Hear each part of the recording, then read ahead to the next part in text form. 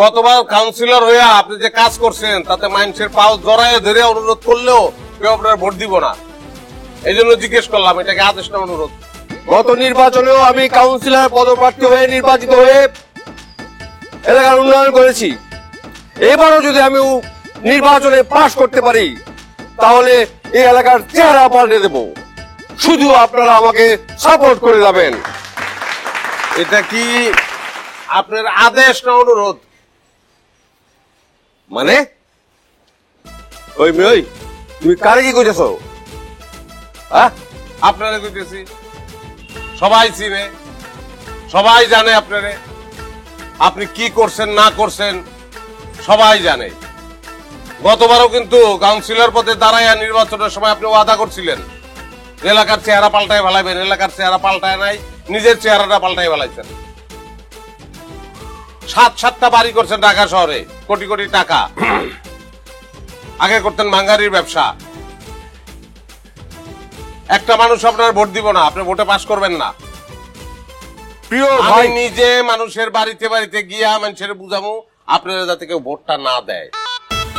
এই মিয়া, তুমি কার সাথে কার কথা করছো জানো তুমি? হ্যাঁ, মাসুদ ভাইয়ের চরিত্র নিয়ে কথা করছো? এই মাসুদ ভাইয়ের চরিত্র, মাসুদ ভাইয়ের চরিত্র। ঠিক আছে। প্রিয় ভাই ও বন্ধুরা, আপনাদের কাছে মানে সাধারণ মানুষের কাছে কালার খাওয়ানোর জন্য বিরোধী দলের কাছ থেকে টাকা খায় আসে এইসব করতেছে। এইটা আমার বিরুদ্ধে একটা চক্রান্ত। আপনারা কে কালার করব? কালার করার দরকার নেই আপনার, এমনি আপনি যথেষ্ট কালার, বুঝি কালার। আপনি সবাই জানে, সবার কাছে পরিষ্কার হয়ে গেছে, একটা ভোট পাইবেন না, পাস করবেন না। বাড়ি বাড়ি গিয়ে আমি কমো এই লোকের ভোট দিয়েন না। এই যে দেখছেন, ওপেন ষড়যন্ত্র শুরু হয়ে গেছে। এখন আপনারাই বলেন তারে কি করা উচিত? তার মায়ের ঠ্যাং ভেঙে দেওয়া উচিত। তাহলে ওরা সাইডে নিয়ে যাও।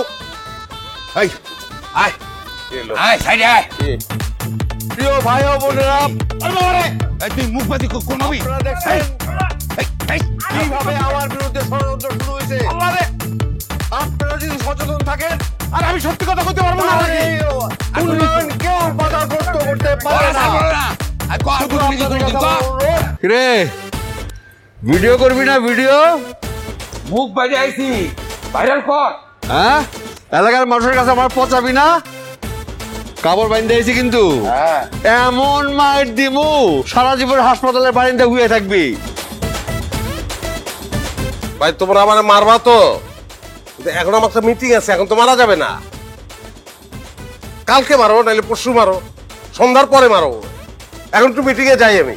তুই বাড়া আগে, তুই যখনই বাইরে অস তখনই পিটাবো তোরে। পুরা করে আলাম আসতো বাইরে। তুই আগে তোরে বাইরে, তোরে যে এমন মায়ের দিমু সারা জীবন কবি যে কারে মারলাম, কারে গাইলাম, কি করলাম। পাড়া তুই আগে। এই। হ্যাঁ গেল কই?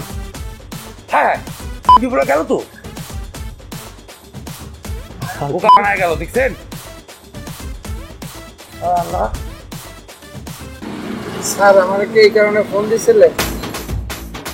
হ্যাঁ, এরা রাস্তায় দাঁড়ায় আছে, এই বাসা থেকে বেরোলে এরা আমার মারবে। কেন স্যার? ওই কারণ তো একটাই, আমি সবসময় সত্যি কথা বলি।